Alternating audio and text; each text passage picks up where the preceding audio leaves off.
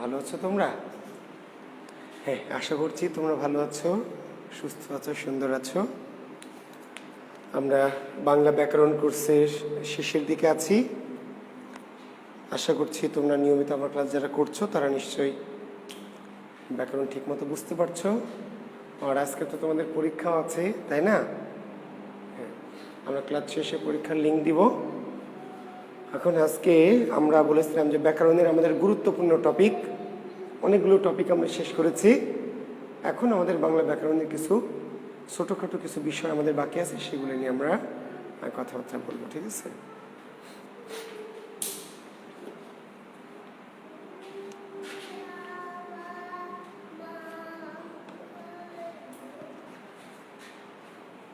তাহলে আমরা কি পড়বো বলো?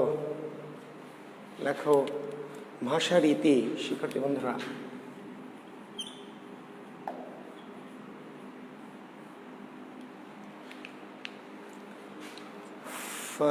শারমিন আক্তার লিমা, ওয়ালাইকুম আসসালাম। লিমা, লিমন, ওয়ালাইকুম আসসালাম। ইয়াসমিন, ওয়ালাইকুম আসসালাম। ইয়াসমিন, শানু শাহরিয়ার, হ্যাঁ প্রিয় শিক্ষার্থী, ভালো আছি আমি। শাহরিয়ার, হাসান মাহফুজ, ওয়ালাইকুম আসসালাম। হাসান বাবা, ভালো আছি আমি। সুরভি, শফরিন মিম, সাদত হোসেন, হ্যাঁ ভালো আছি। তোমাদের জন্য ভালোবাসা থাকলো। তোমাদের কোনো প্রশ্ন আছে থাকলে একটু দ্রুত করে ফেলবে শিক্ষার্থী বন্ধুরা। তোমাদের যদি কোনো প্রশ্ন থাকে, কোনো জিজ্ঞাসা থাকে, কোনো কনফিউশন থাকে, বা আমার কাছে তোমাদের কোনো কথা থাকলে একটু দ্রুত শুরুতেই করে ফেলবে। হ্যাঁ, ঋতু, ওয়ালাইকুম আসসালাম। ঋতু স্যার, আপনার সলভ এক্সাম ব্যাচে রিকোয়েস্ট দিয়েছি স্যার, অ্যাড হবার অ্যাকসেপ্ট করেনি স্যার। আচ্ছা, অ্যাকসেপ্ট করে ফেলবে বাবা। আজকে তো পরীক্ষা হচ্ছে না, আজকে পরীক্ষা হচ্ছে না।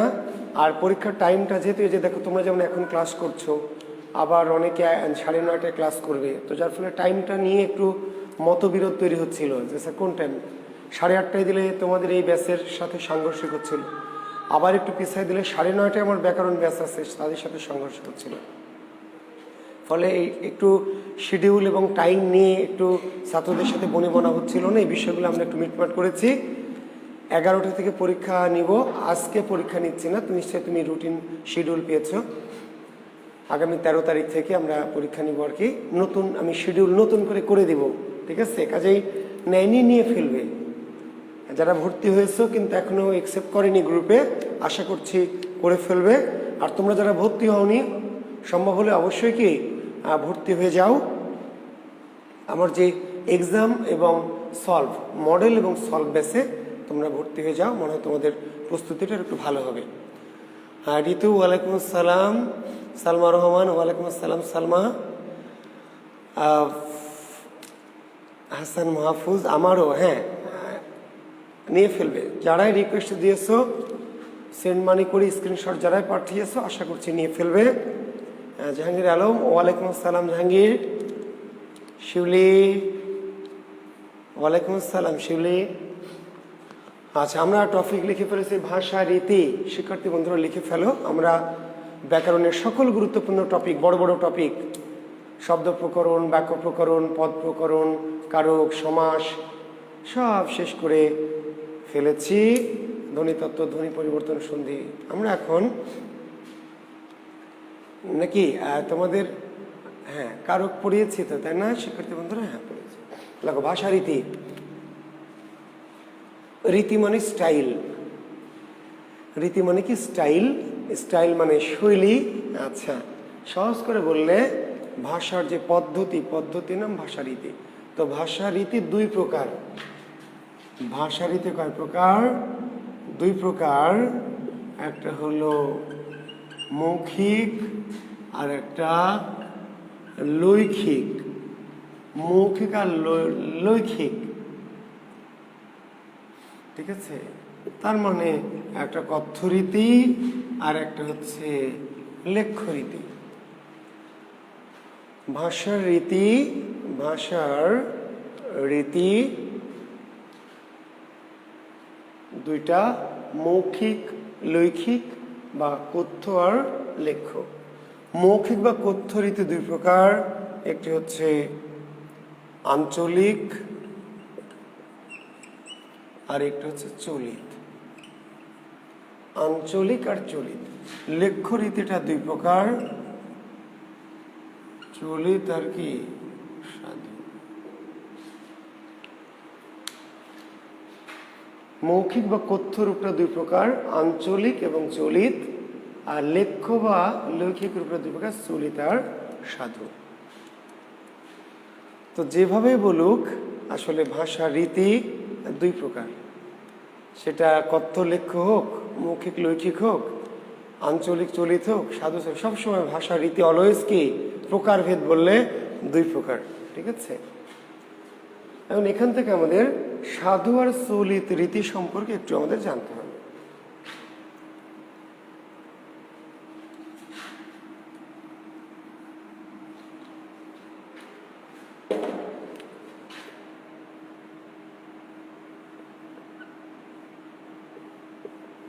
সাধু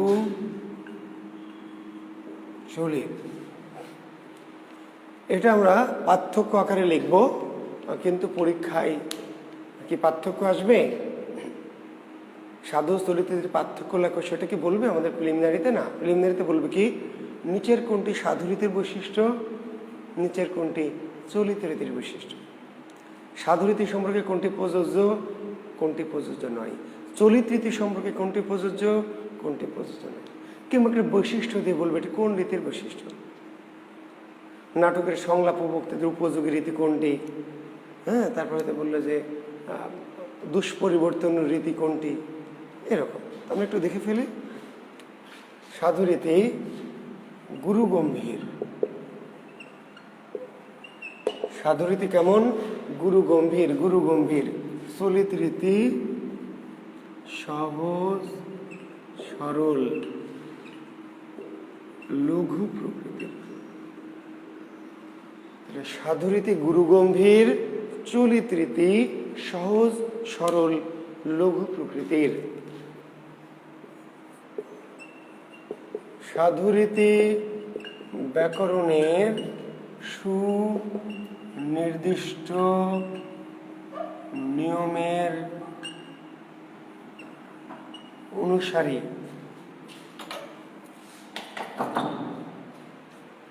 সাধু রীতি ব্যাকরণের সুনির্দিষ্ট নিয়মের অনুসারী। এই ওই দিক দিয়ে তো লাগানো, কে ওই পার দিয়ে লাগানো, কে কে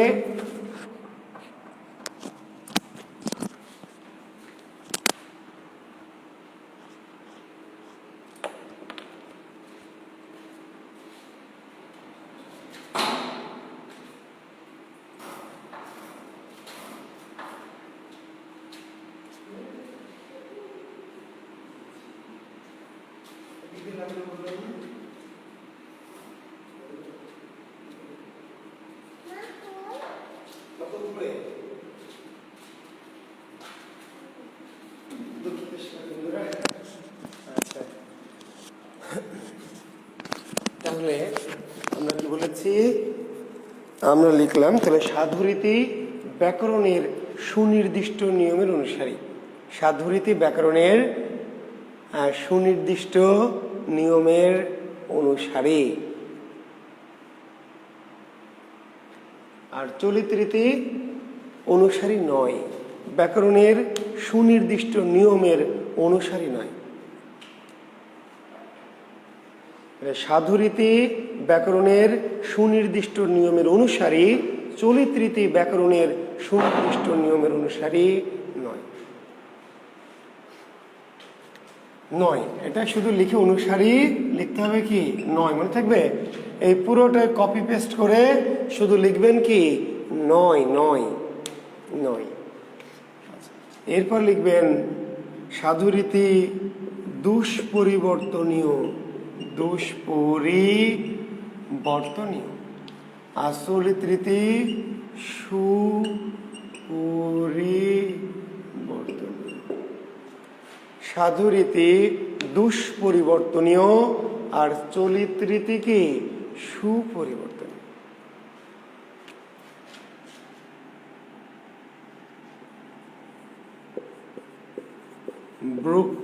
বক্তৃতা ও নাটকের সংলাপের অনুপযোগী। বক্তৃতা ও নাটকের সংলাপের অনুপযোগী। সাধুরীতি বক্তৃতা ও নাটকের সংলাপের কি অনুপযোগী, আর চলিত রীতি কি উপযোগী। উপযোগী, জি, বক্তৃতা ও নাটকের সংলাপের উপযোগী।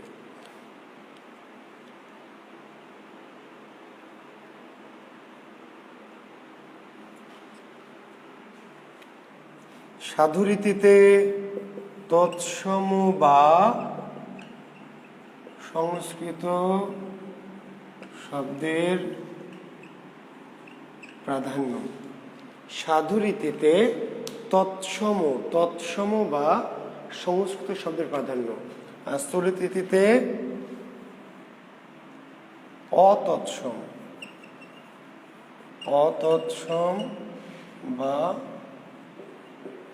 তদ্ভব শব্দের প্রাধান্য। অতৎসম বা তদ্ভব শব্দের প্রাধান্য। সাধুরীতিতে তৎসম বা সংস্কৃত শব্দের প্রাধান্য, আর চলিত রীতিতে অতৎসম বা তদ্ভব শব্দের প্রাধান্য। সাধুরীতিতে ক্রিয়া ও সর্বনামের দীর্ঘ রূপ হয়। সাধুরীতিতে ক্রিয়া ও সর্বনামের দীর্ঘ রূপ হয়। চলিত রীতিতে ক্রিয়া ও সর্বনামের হ্রস্ব বা সংক্ষিপ্ত রূপ হয়। সাধুরীতিতে ক্রিয়া ও সর্বনামের দীর্ঘ রূপ হয়, ক্রিয়া ও সর্বনামের দীর্ঘ রূপ হয়, আর চলিত রীতিতে ক্রিয়া ও সর্বনামের হ্রস্ব বা সংক্ষিপ্ত রূপ হয়।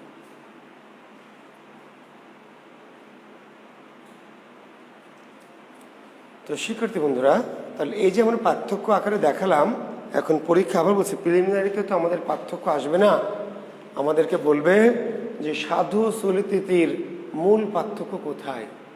সাধু ও চলিত রীতির মূল পার্থক্য কোথায়? তাহলে ক্রিয়া ও সর্বনামের হ্রস্ব দীর্ঘতায়।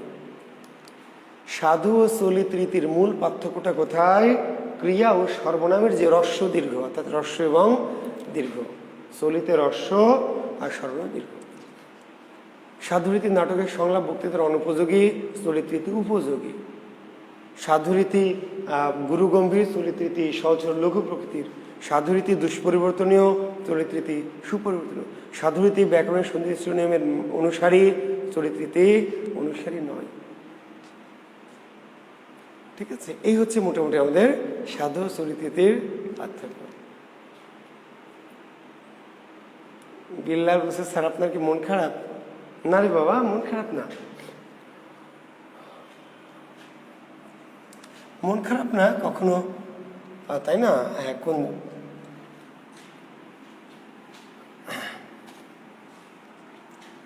তাহলে মোটামুটি হচ্ছে আমাদের সাধু চলিত রীতির যে বিষয়।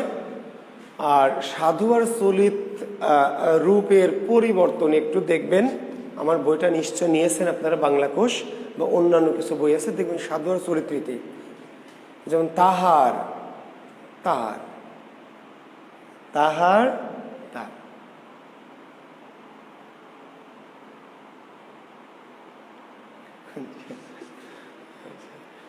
উহার, ওর।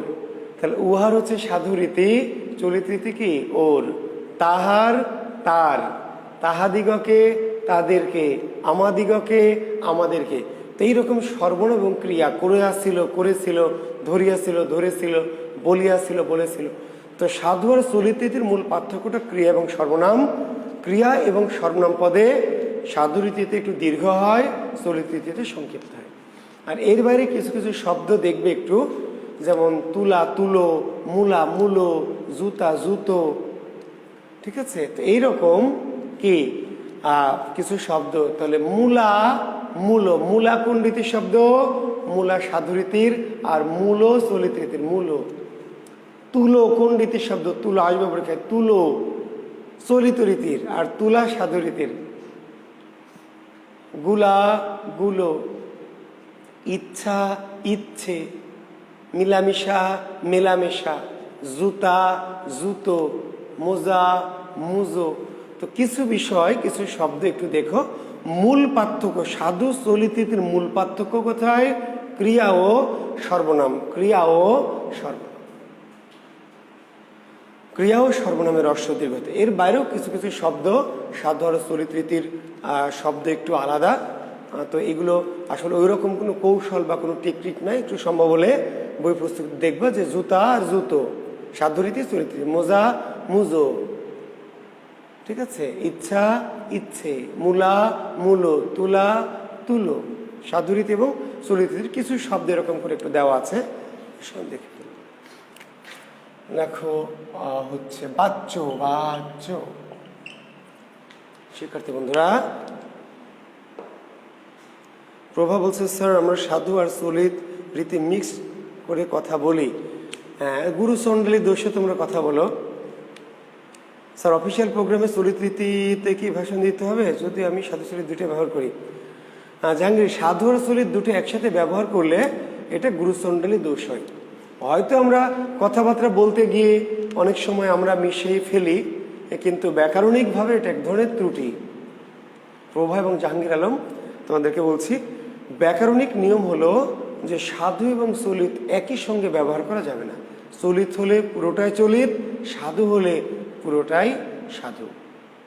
এখন আমরা বাস্তব জীবনে কথা বলতে গিয়ে অনেক সময় দুটোকে মিশিয়ে ফেলি।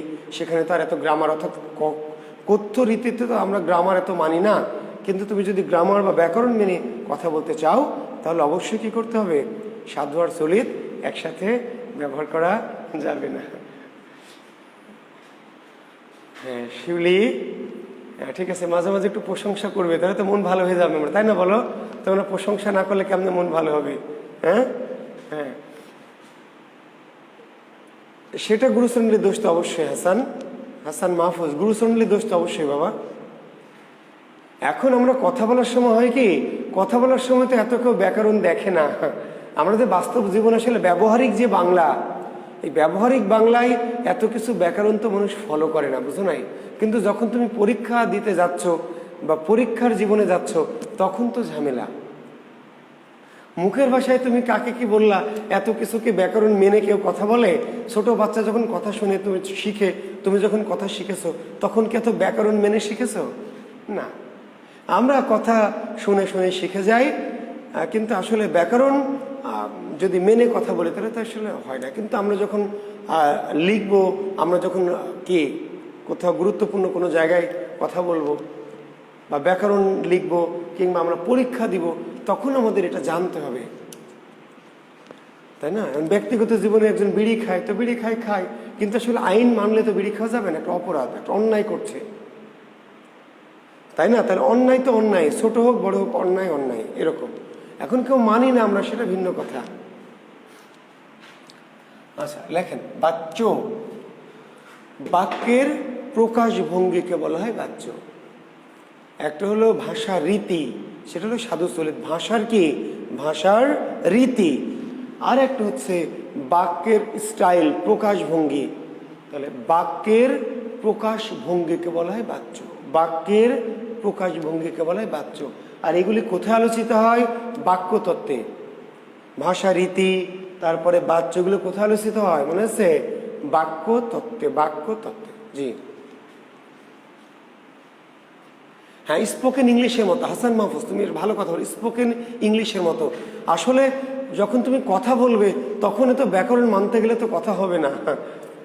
ব্যাকরণ মানতে গেলে তো আসলে কথা মানুষের সাথে ভাব বিনিময় হবে না, তাই না? তুমি হয়তো আমাকে আচ্ছা পানি, মা পানি, তো মা পানি এটা কি বাক্য হয়েছে?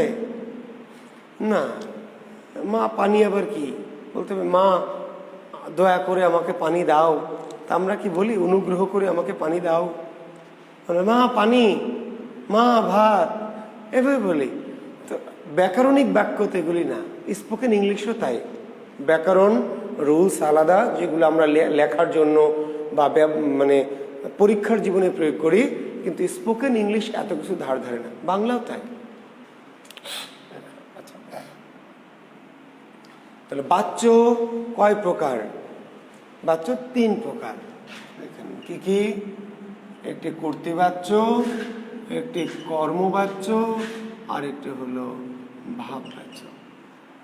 কর্তৃবাচ্য, কর্মবাচ্য। আমি আবার বলছি, তাহলে বাচ্য ব্যাকরণের কোন অংশ আলোচিত হয়? বাচ্য ব্যাকরণের কোন অংশ আলোচিত হয়? বাক্যতত্ত্বে। বাক্যতত্ত্ব বাক্যের স্টাইল, বাক্যের স্টাইল। জি, ভাষা রীতি কোথায় আলোচিত হয়? বাক্যতত্ত্বে। আচ্ছা, তাহলে এখন পরীক্ষা প্রশ্ন হবে, নিচের কোনটি কর্তৃবাচ্য, নিচের কোনটি কর্মবাচ্য, নিচের কোনটি ভাববাচ্য? কোনটি কর্তৃবাচ্য, কোনটি কর্মবাচ্য, কোনটি ভাববাচ্য? তাহলে আমরা চিনে নিই।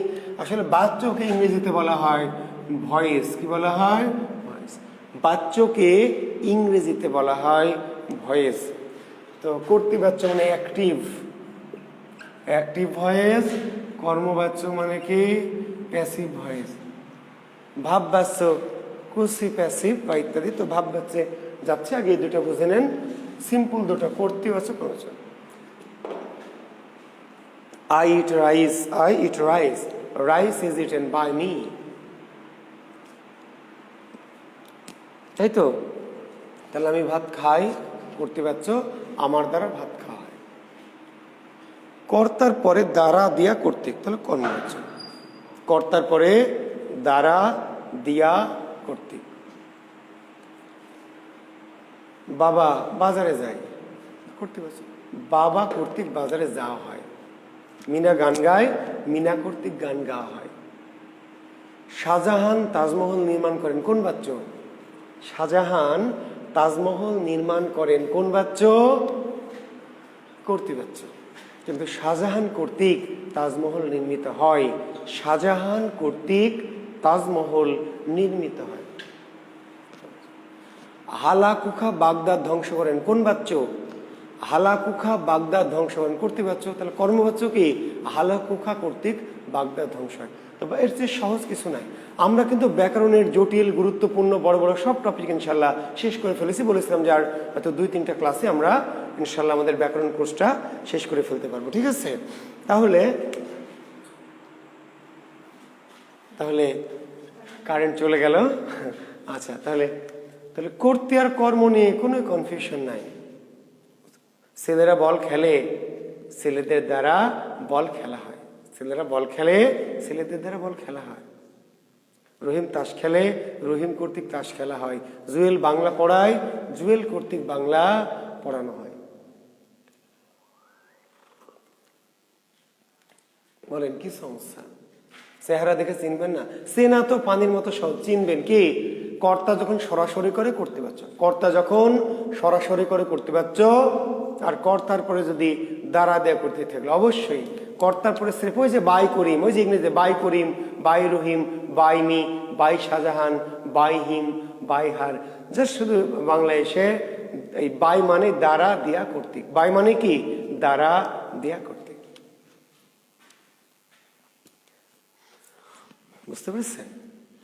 আর ভাববাচ্য, যে বাক্যে ভাবের প্রাধান্য, যে বাক্যে কি ভাবের প্রাধান্য, ভাবের, তার নাম ভাব। কেমন ভাবের প্রাধান্য? বলছে ফাগুনি পূর্ণিমা রাতে চলো পালায়ে যাই। ফাগুনি, আজ ফাগুনি পূর্ণিমা রাতে চলো পলায়ে যাই। বললো আপনাকে একজন, পলায় কি গেছেন? যাবেন? শিওর?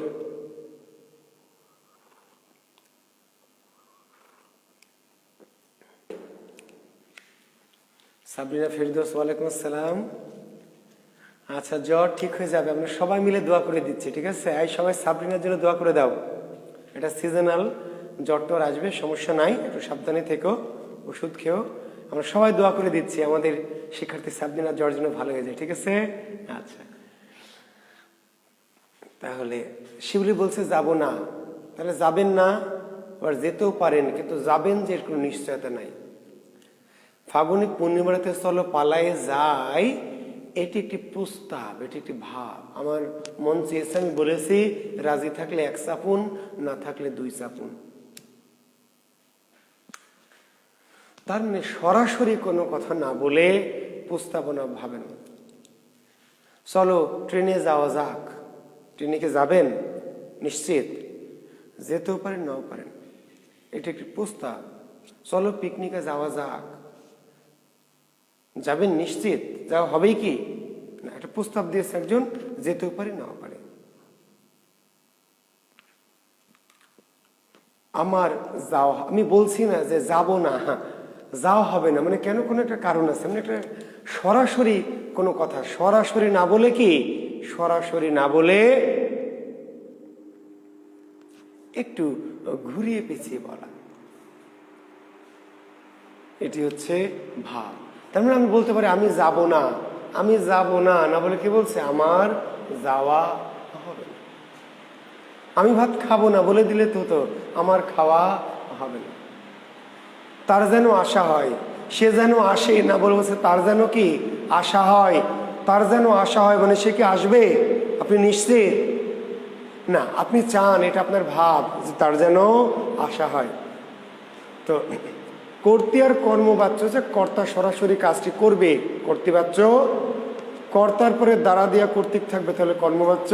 আর এমন কিছু বাক্য যেখানে কাজটি হবে কিনা আমরা জানি না, সেখানে কাজের একটা কি ভাব, তার মানে কাজের প্রাধান্য না, কিসের প্রাধান্য, কর্তারও প্রাধান্য না, কর্মের প্রাধান্য না, ভাবের প্রাধান্য, ভাবের, এই ভাবের প্রাধান্যকে বোঝানো হচ্ছে ভাববাচ্য, ভাববাচ্য, ভাব। সে আসবে, তো সে আসবে, আমি নিশ্চিত সে আসবে, যে তার যেন আশা হয়, তার যেন আশা হয়, ভাব।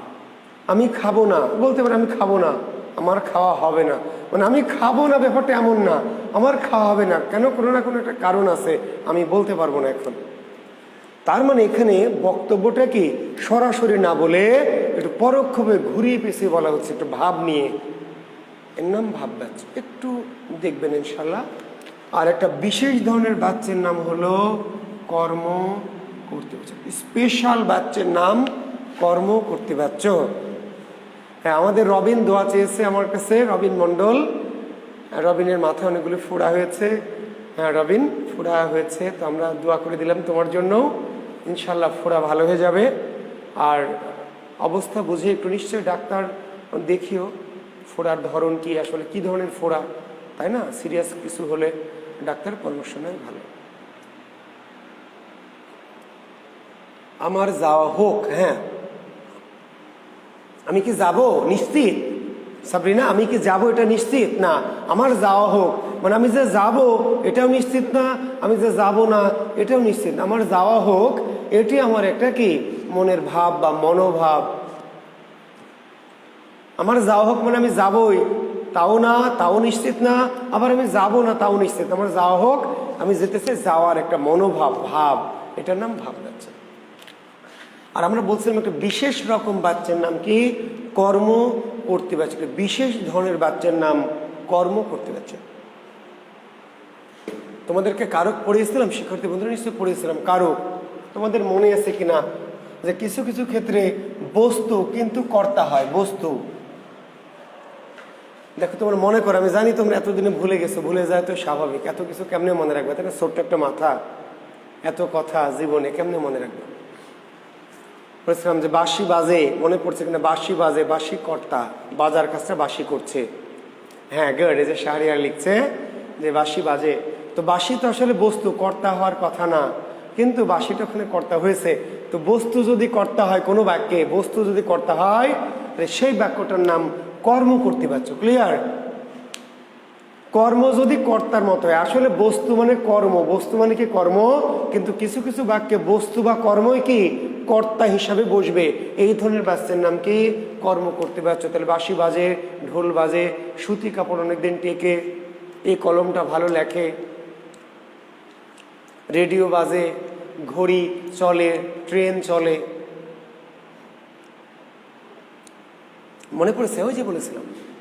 তাহলে বস্তু মানে অবজেক্ট, অবজেক্ট মানে কর্ম। কর্ম আসলে কর্তা না, কর্তা হওয়ার কথা না, কিন্তু কিছু কিছু ক্ষেত্রে কিছু কিছু বাক্যে বস্তুটাই কর্তা হিসাবে বসে। তাহলে এই ধরনের কর্তার নাম কর্মকর্তা। কি কর্তা? কর্মকর্তা। মনে আছে যে কর্মকর্তা। আর এই বাক্যটার নাম কি? কর্ম কর্তৃপক্ষ। বাক্যটার নাম কর্ম কর্তৃপক্ষ। তো বাচ্য নিয়ে আমার আর কথা নাই। Thank you, very good, good night. তাহলে বাচ্চের পরে আমরা পড়ব পদাশ্রিত নির্দেশক। পদাশ্রিত নির্দেশক, পদাশ্রিত নির্দেশক। দেখো,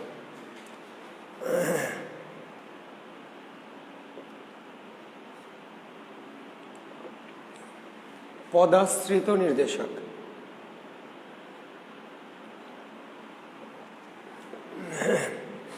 ইংরেজিতে যাকে বলা হয় আর্টিকেল, কি বলা হয়? ইংরেজিতে যাকে বলা হয় আর্টিকেল, বাংলায় সেটি পদাশ্রিত নির্দেশক। ইংরেজিতে এ অ্যান্ড দি, বাংলায় টি টা খানা খানি টুকু টুকুন।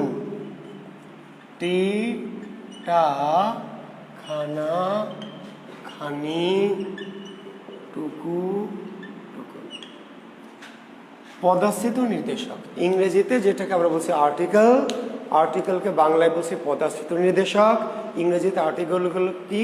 এ অ্যান্ড দি, বাংলায় হচ্ছে টি টা খানা খানি টুকু টুকুন। রবীন মন্ডল আসবেই তো, এনএসআই কোনো বাংলাদেশের যেই পরীক্ষা হবে বাংলা প্রশ্ন থাকলেই আমার কথার বাইরে কেমনে যাবে? সুযোগ নাই। এই যে বাংলা ব্যাকরণ যা যা বলছি, যা পড়াচ্ছি, যে কথাগুলি যদি মনে রাখো, এর বাইরে যাওয়ার সুযোগ নাই। গ্রামারের কোনো শর্ট সাজেশন নাই। আমি যা পড়ালাম তাই সাজেশন, আমি ক্লাসে যা পড়িয়েছি তাই সাজেশন। ইয়াসমিন, তারপরে যদি মনে করো স্যার কোনগুলো বেশি গুরুত্ব দিয়ে পড়বো, তাহলে খুবই সিম্পল সাজেশন। একটু হচ্ছে বর্ণমালা থেকে, যেগুলো বর্ণমালা, ভূ সগ স্বল্পপ্রাণ মহাপ্রাণ, বর্ণমালাটা ভালো করে পড়বে, সন্ধি পড়বে, সমাস, বানান শুদ্ধি, বাক্য শুদ্ধি। মেমোরাইজ টপিক এসে এক কথায় প্রকাশ, বাগধারা, সবই গুরুত্বপূর্ণ। জবের পরীক্ষায় কোনো গুরুত্ব অগুরুত্ব না, একাডেমিক পরীক্ষা না যে সাজেশন দেব। এখন তুমি বলছো স্যার আমি এই সকল ব্যাকরণ কোনটা বেশি বেশি গুরুত্ব দিয়ে পড়বো? একটা বেশি গুরুত্ব, একটা কম গুরুত্ব। চাকরির পরীক্ষায় কোনো সাজেশন যে নাই, চাকরির পরীক্ষায় সাজেশন যদি দেওয়া যেত তাহলে তো সাজেশন মানুষ দিত। এখন তুমি কোনগুলো বেশি গুরুত্ব দিয়ে পড়বে? তাহলে ওই যে আমি বর্ণমালা পড়িয়েছিলাম, ঘোষ অঘোষ অল্পপ্রাণ মহাপ্রাণ নাসিক্য আনুনাসিক পরাশ্রয়ী কম্পন, তাহলে এগুলো পড়বা। সন্ধি, এদিকে এসে ধরো সমাস, ঠিক আছে, তারপরে বানান শুদ্ধি, বাক্য শুদ্ধি। আর মেমোরাইজ টপিকে গিয়ে এক কথায় প্রকাশ, বাগধারা, তার সাথে শব্দার্থ, বিপরীত শব্দ। আচ্ছা, এখন পরীক্ষা আসবে, এতটুকু তারে ঘরে এনেছেন সোনার মতন মুখ। এতটুকু তারে ঘরে এনেছেন সোনার মতন মুখ। এই বাক্যের টুকু অংশটির নাম কি? উপসর্গ, অনুসর্গ, পদাশ্রিত নির্দেশক, বচন। একখানি ছোট ক্ষেত আমি একেলা, একখানি ছোট ক্ষেত আমি একেলা।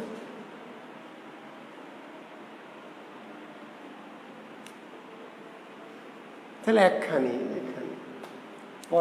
একটা ছিল সোনার কন্যা মেঘবরণ কেশ, একটা ছিল সোনার কন্যা মেঘবরণ কেশ। তাহলে একটা পদাশ্রিত নির্দেশক। তাহলে কোনো পদের সাথে যদি টি টা খানা খানি টুকু টুকুন যুক্ত হয়, তাহলে সেটি পদাশ্রিত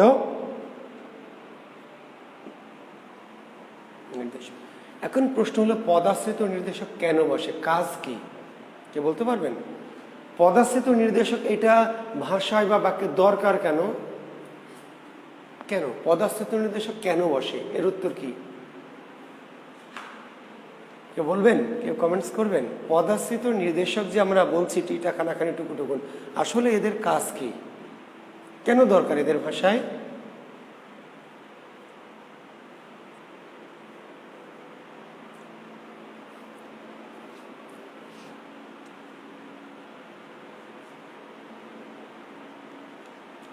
জয় কি নির্দেশক মানে? কি যে বলে, আচ্ছা, নির্দিষ্ট করতে ব্যবহার করা হয়। শাহরিয়ার বলছে স্যার পদকে নির্দিষ্ট করতে ব্যবহার করা হয়। রবিন মন্ডল বলছে নির্দিষ্ট করতে ব্যবহার করা হয়। আচ্ছা, নির্দিষ্ট করতে ব্যবহার করা হয়। আচ্ছা, যদি বলি যে মা আমাকে 4টা ভাত দাও, মা আমাকে 4টা ভাত দাও, আফসারা তাসনিম ঋতু, তাহলে মা কি 4টা ভাত দিবে? বলবে এই নেই, 1টা 2টা 3টা 4টা দিবে। মাকে বললেন মা আমাকে 4টা ভাত দাও, তাহলে 4টা ভাত দিবে না? আচ্ছা, তোমরা যে উত্তর দিয়েছো এটি 100% রাইট। নির্দিষ্ট করতে, এটি উত্তর দিবা। পদাশ্রিত নির্দেশকের কাজ কি? উত্তর নির্দিষ্ট করা, নির্দিষ্ট করা। তবে জেনে রাখো যে নির্দিষ্ট করার বাইরে কি করে? অনির্দিষ্ট মাঝে মধ্যে করে, এবং ওটি তো পরীক্ষা আসবে। পরীক্ষা প্রশ্ন হবে নিচের কোন বাক্যে নির্দেশক অনির্দিষ্ট অর্থে বসেছে? বোঝা গেছে? তোমাদের উত্তর কিন্তু ভুল না। আমি আবার বলছি, নির্দেশকের কাজ কি? ডাইরেক্ট উত্তর নির্দিষ্ট করা। নির্দেশকের কাজ নির্দিষ্ট করা, নির্দিষ্ট করা। তবে নির্দিষ্ট করা তো কাজ, তবে কাজের বাইরে কিছু অকাজও করে। তাহলে নির্দেশক মাঝে মাঝে কি করে? অনির্দিষ্ট করে। তাহলে কোন বাক্যে নির্দেশক অনির্দিষ্ট অর্থে বসেছে? আসবে আমাকে গোটা 2 কমলা লেবু দিও। গোটা 2, গোটা 2 মানে কি 2টা? খান 5, আমি খান 5 গোটা 8 জামা কিনবো, গোটা 8। পোয়া টাক দুধ দাও, পোয়া টাক মানে 1 পোয়া না, 1 পোয়া হলেও হবে, একটু বেশি হলেও দিও, একটু কম হলেও দিও। মন 5 কিনবো, মন 5। আবার 5 মন কিনবো, 8 মন কিনবো, 3 মন কিনবো, 3টি দাও। 4টি কমলা লেবু দাও, তখন কি অনেকগুলো দিবে? 4টা ভাত দাও, তাহলে অনির্দিষ্ট। কিন্তু 4টি কমলা লেবু দাও, 4টি বই দাও, 4টি কলম দাও, নির্দিষ্ট। কিন্তু খান 4 কলম দাও, খান 4, খান 4 বই দিও,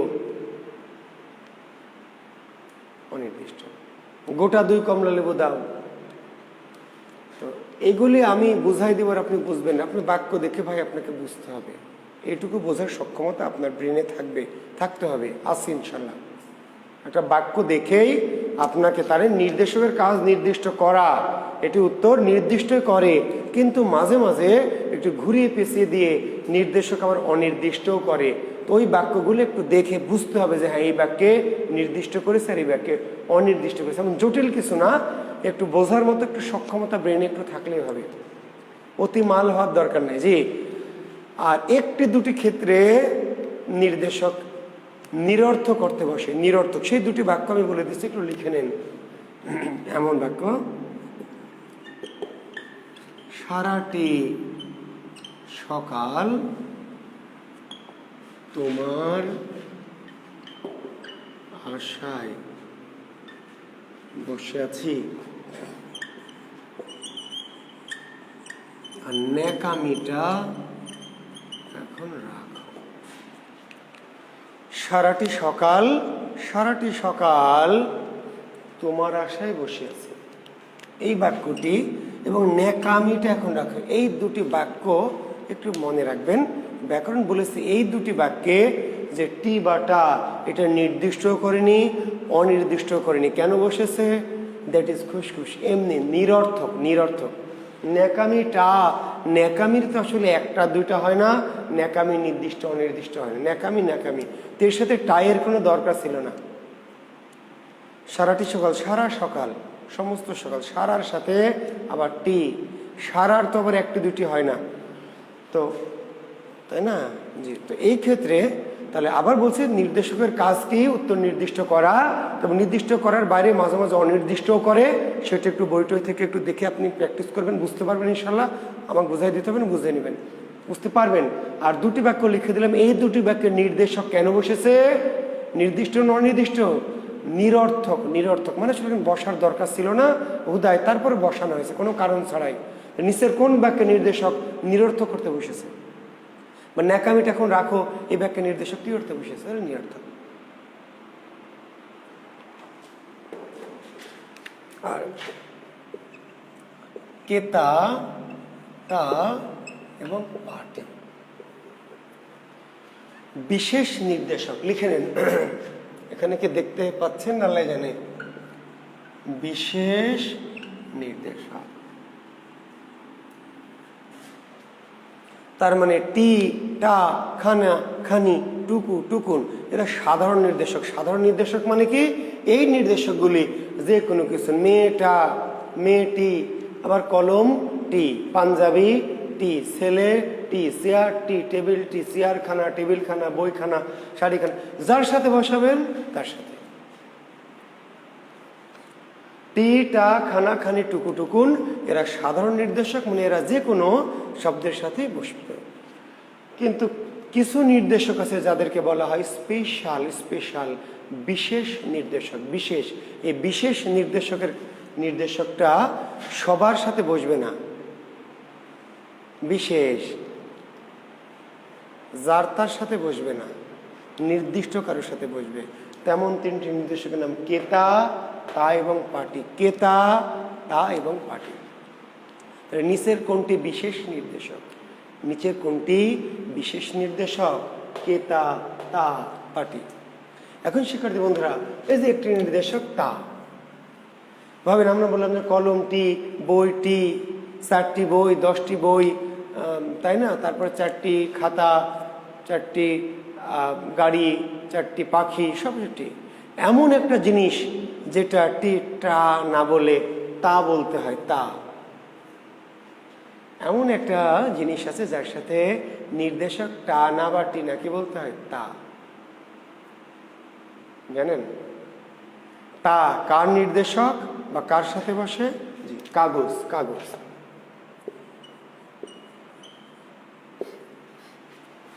আপনি যখন 4টা কাগজ কিনবেন তখন আপনাকে বলতে হবে 4 তা কাগজ দেন। 4 তা, 4 তা। আপনি 10 পিস কাগজ কিনবেন, 10 পিস, 10টা না। ব্যাকরণিক নিয়ম হলো কি? 10 তা। ভাই আমাকে 5 তা কাগজ দেন, 6 তা। আপনি জামা কিনবেন, বললেন ভাই আমাকে 2 তা জামা দেন। ভাই আমাকে 4 তা জামা দেন। ভাই আমাকে 4 তা কলম দিন। আর কারোর সাথে তা ব্যবহার করা যাবে না। তা শুধু ব্যবহার করতে হবে কার সাথে? কাগজের সাথে। এই জন্য এটি বিশেষ নির্দেশক। বিশেষ। পাটি কার সাথে? জুতা এবং দাঁত, দুটো জিনিসের সাথে। পাটি, জুতা এবং দাঁত। এক পাটি জুতা, এক পাটি জুতা। বলবেন যে এক পাটি, তাই না, কলম, এক পাটি খাতা, এক পাটি চেয়ার টেবিল, না, তাই না? পাটি কি? হ্যাঁ, কে তা পাটি হলো ভিআইপি। বিল্লাল ঠিকই বলেছে। ভিআইপি মানে এরা যার তার সাথে মেশে না, বিশেষ বিশেষ কারোর সাথে। তাহলে তা হলো কাগজের সাথে, পাটি হলো জুতা এবং দাঁত। জুতা এবং দাঁত থাকবে, এবং দুটোই যদি থাকে মধ্যে জুতা বেশি অ্যাপ্রোপ্রিয়েট। দুটোর সাথে পাটি, এক পাটি জুতা, এক পাটি দাঁত।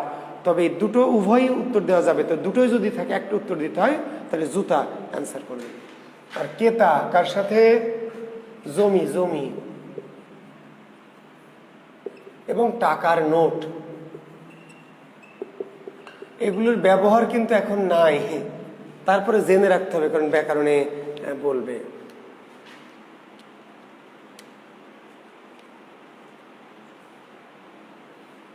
না রবিন, ভুল না। 12টাতে 1 দিস্তা, মানে 12টা না বলে আপনি বলছেন 1 দিস্তা।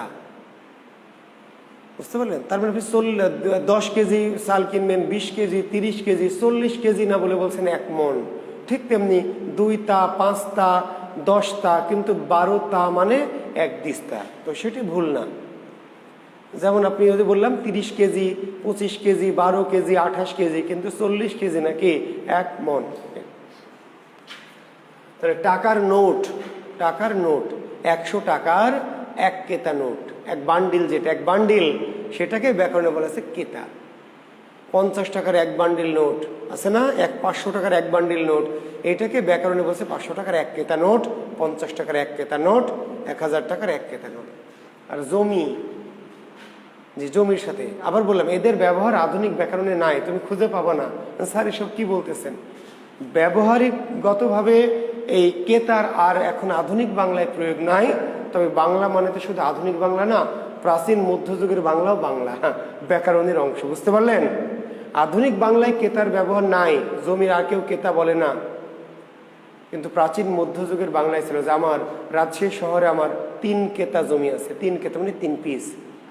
ঢাকা শহরেও আমার 1 কেতা জমি আছে, ঈশ্বরদীতেও আমার 2 কেতা জমি আছে।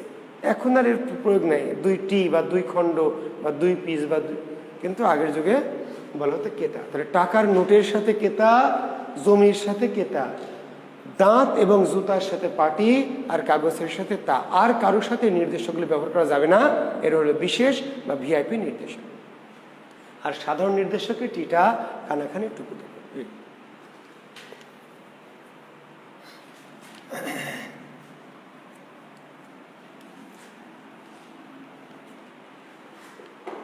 লেখেন সংখ্যাবাচক শব্দ। সংখ্যাবাচক শব্দ, সংখ্যাবাচক শব্দ খুব ছোট্ট ছোট্ট। আমাদের বড় টপিক আর নাই, বড় টপিক ইনশাল্লাহ সব তুস করে ফেলেছি। এখন এক এক দিনে এরকম ছোট ছোট টপিকগুলো আমাদের বাদ আছে, এগুলো আমরা ক্লিয়ার করে ফেলবো ইনশাল্লাহ। সংখ্যাবাচক শব্দ দেখেন, সংখ্যা, সংখ্যা মূলত গাণিতিক ব্যাপার, সংখ্যা মূলত গাণিতিক ব্যাপার, তবু বাংলা এর সাথে অল্প একটু রিলেশন আছে। যেমন ধরেন 1, 2, 5, 7, 15, 25, 28, 30, 35, 43, এগুলো সংখ্যা। এগুলোর নাম কি? সংখ্যা। সংখ্যা সংখ্যা যে পড়ানো হয়েছে, ওরে আল্লাহ, তাহলে আর হয়নি কি? বাদ আছে কি? তাহলে তো ব্যাকরণ শেষ। জ্যোতি চিহ্ন হয়েছে, জ্যোতি চিহ্ন, তাহলে তো আমরা কই আছি? তাহলে তো আমাদের ব্যাকরণ কমপ্লিট। জ্যোতি চিহ্ন হয়েছে, জ্যোতি বা বিরাম,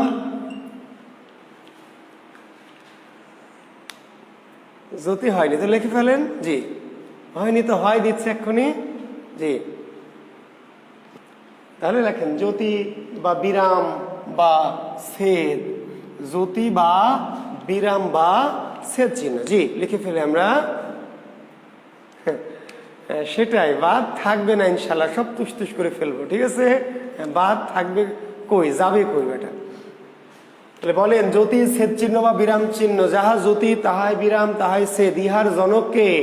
জ্যোতি ছেদ বা বিরাম চিহ্নের জনককে? জি, বিদ্যাসাগর। মনে আছে তো? জি, জ্যোতি বিরাম বা ছেদ চিহ্নের জনক ঈশ্বরচন্দ্র বিদ্যাসাগর। ঈশ্বরচন্দ্র বিদ্যাসাগর। কত সালে জ্যোতিষেদ চিহ্ন প্রথম চালু করা হয় আখি? সঞ্জিদা আফরোজ আখি বলেন, জ্যোতিষেদ চিহ্ন প্রথম চালু করা হয় কত সালে? 1847 সালে। কোন গ্রন্থে? গ্রন্থটির নাম বেতাল পঞ্চবিংশতি। তাহলে 1847 সালে বেতাল পঞ্চবিংশতি নামক গ্রন্থে। তাহলে কে প্রথম জ্যোতিষ চিহ্ন চালু করেন? বিদ্যাসাগর। জনককে? বিদ্যাসাগর। কোন গ্রন্থে প্রথম জ্যোতিষ চিহ্নের প্রয়োগ ঘটনা হয়? বেতাল পঞ্চবিংশতি। কত সালে? 1847। বন্ধুরা, শিক্ষার্থী বন্ধুরা, 1847 সালের আগে তাহলে ওই যে চর্যাপদ, ওই যে শ্রীকৃষ্ণ কীর্তন, ওই যে মঙ্গল কাব্য, এই সমস্ত জিনিসে কি ছিল না? জ্যোতিষ চিহ্ন ছিল না? চর্যাপদে কি জ্যোতিষ চিহ্ন নাই? শ্রীকৃষ্ণ কীর্তনে ঈশ্বরচন্দ্র বিদ্যাসাগর জ্যোতিষের জনক, কিন্তু ঈশ্বরচন্দ্র বিদ্যাসাগর আগেও বাংলা ভাষায় জ্যোতিষের চিহ্ন ছিল। কি ছিল? দাড়ি। দাড়ি, দাড়ি, 1 দাড়ি আর 2 দাড়ি। জি, ঈশ্বরচন্দ্র বিদ্যাসাগরের আগেও বাংলা ভাষায় জ্যোতিষের চিহ্ন ছিল 1 দাড়ি আর 2 দাড়ি। জি, দেখবেন চর্যাপদে বা শ্রীকৃষ্ণ কীর্তনে 1 দাড়ি 2 দাড়ি। এদের নাম আদি বিরাম চিহ্ন। কি বিরাম চিহ্ন? আদি। আদি দাড়িকে বলা হয় আদি বিরাম চিহ্ন। বা বিদ্যাসাগরের পূর্বে কোন বিরাম চিহ্নের প্রচলন ছিল বা কোন বিরাম চিহ্ন ছিল? তাহলে দাড়ি। এই দাড়ি ছিল 1 দাড়ি 2 দাড়ি। প্রথম লাইনের শেষে 1 দাড়ি, পরের লাইনের শেষে 2 দাড়ি, আবার 1 দাড়ি 2 দাড়ি। বুঝতে পারলেন? এর নাম আদি বিরাম চিহ্ন। বিরাম চিহ্নের সংখ্যা কয়টি? এই বিরাম চিহ্নের সংখ্যা নিয়ে নানান মত, দ্বিমত, ত্রিমত, চতুর্মত আছে। আচ্ছা লেখেন দাঁড়ি, প্রশ্ন চিহ্ন, বিস্ময়সূচক চিহ্ন, কোলন ড্যাশ, কোলন ড্যাশ, কমা, তারপরে ইনভার্টেড, আচ্ছা কমা, ইনভার্টেড কমা, সেমিকোলন, হাইফেন, ইলেক বা লোপ চিহ্ন, ব্র্যাকেট বা বন্ধনী।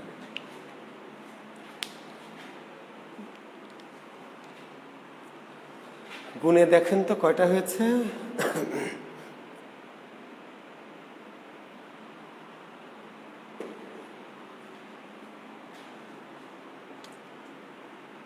গুণে দেখেন কয়টা হয়েছে?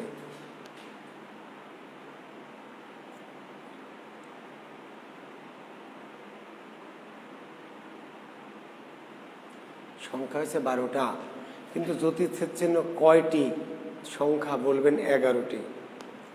জ্যোতিচ্ছেদ চিহ্নের সংখ্যা কয়টি? উত্তর দিবেন 11টি। 11টি। কেন? কারণ এই যে কোলন ড্যাশ, এইটাকে জ্যোতিচ্ছেদ চিহ্নের মধ্যে সংখ্যায় ধরবেন না। রবিন মন্ডল বলছে 14টি। ঠিকই বলেছে রবিন, 14টি মানে কি? ইনভার্টেড কমা 3, এই ব্র্যাক বন্ধনী 3টা সেজন্য নাকি দাদা?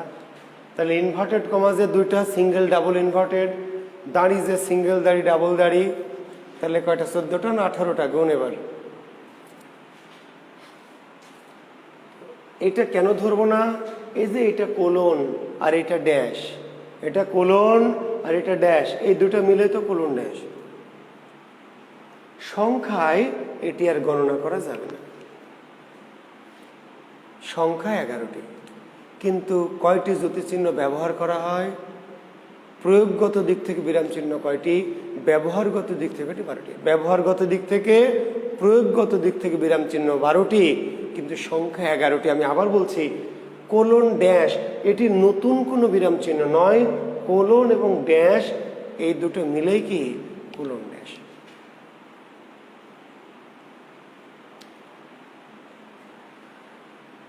লোপ চিহ্নের ব্যবহার নেই তা না, বলা আছে ইলেক বা ঊর্ধ্ব কমা পরিহার করা যাবে, পরিহার করা যাবে। হ্যাঁ, তো লোপ চিহ্নের এটা ঠিক যে আধুনিক যে বানান রীতি, সেই রীতিতে বলা আছে যে ইলেক বা লোপ চিহ্ন কি পরিহার করে লেখা যাবে। তো আসলে ইলেক বা লোপ চিহ্ন এটার প্রয়োজনীয়তা এই জন্য জ্যোতিষ চিহ্ন, এই 3টি জিনিসের আসলে প্রয়োজনীয়তা নাই। যেমন ধরেন বন্ধনী, এই বন্ধনীর আসলে বাংলা ব্যাকরণে ওই অর্থে কোনো কাজ নাই, গাণিতিকভাবে। প্রয়োগগত দিক থেকে 12টি, প্রয়োগগত দিক থেকে 12টি, প্রয়োগগত দিক থেকে, ব্যবহারগত দিক থেকে 12টি, কিন্তু সংখ্যা কয়টি? তাহলে বলতে হবে 11টি। সংখ্যা 11টি। তবে হাসান মাহফুজ একটি দারুণ কথা বলেছে, একদম লেটেস্ট যে আধুনিক বানান রীতি, সে আধুনিক বানান রীতিতে লোপ চিহ্নকে অমিট করা হয়েছে। তবে বাংলা বানান রীতিতে অমিট করা হলেও এর প্রয়োগ কিন্তু কিছু কিছু ক্ষেত্রে আছে, আমি দেখাবো। আচ্ছা, এখন এই যে 3টি বিরাম চিহ্ন, এদেরকে বলা হয় পূর্ণচ্ছেদ।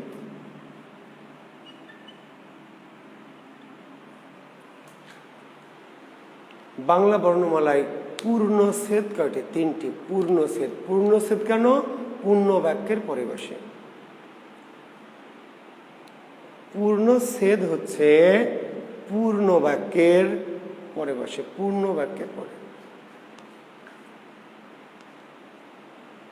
পূর্ণ বাক্যের পরে। তাহলে দাড়ি, প্রশ্ন চিহ্ন, বিস্ময়সূচক চিহ্ন, এই 3টি বিরাম চিহ্ন কোথায় বসে?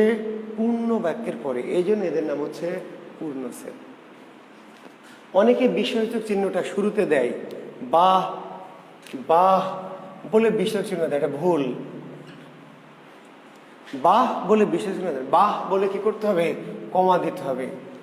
কি সুন্দর সকাল, বিস্ময় সূচক চিহ্নের সবার শেষে, বাক্যের শেষে। আমরা এভাবে ভুল প্রয়োগ করি শুরুতে, বুঝতে পেরেছেন? তার মানে এই তিনটি বিরাম চিহ্ন কিন্তু বাক্যের মাঝে বা প্রথমে বসতে পারবে না। কোথায় বসতে পারবে? একদম শেষে। এই জন্যই তো দিলাম পূর্ণচ্ছেদ। এই পূর্ণচ্ছেদ তিনটাতে কতটুকু থামতে হয়? 1 সেকেন্ড। কতটুকু থামতে হয়? তার দাঁড়িতে কতটুকু থামতে হয়? প্রশ্ন চিহ্নে কতটুকু থামতে হয়? বিস্ময়সূচক চিহ্নে কতটুকু থামতে হয়? 1 সেকেন্ড। 1 সেকেন্ড। এমনকি কোলন ড্যাশ, কোলন ড্যাশ, জি, এইগুলোতে 1 সেকেন্ড। কোলনে কতটুকু থামতে হয়? ড্যাশে কতটুকু থামতে হয়? কোলন ড্যাশে কতটুকু থামতে হয়? 1 সেকেন্ড। 6টি বিরাম চিহ্নে 1 সেকেন্ড থামতে হয়। বুঝতে পারলেন? কোন নিচের কোন বিরাম চিহ্নে 1 সেকেন্ড থামতে হয় বলবে, বা কোলনে কতটুকু থামতে হয়, ড্যাশে কতটুকু থামতে হয়, বিস্ময়সূচক চিহ্নে কতটুকু থামতে হয়। আচ্ছা, কমা কতটুকু থামতে হয়? 1 বলার সময়। 1।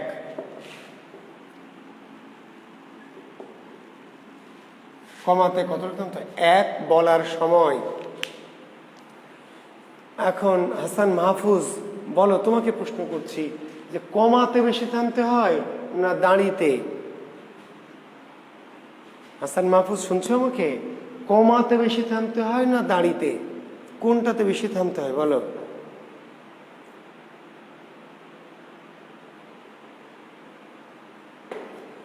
আচ্ছা, আমি যদি 1 কমাতে থামতে হবে 1 বলার সময়। আচ্ছা, দাঁড়িতে কেন 1 সেকেন্ড? দাঁড়িতে 1 সেকেন্ড আর কমাতে 1 বলার সময়। 1 বলার সময় আমি যদি এইভাবে বলি, 1,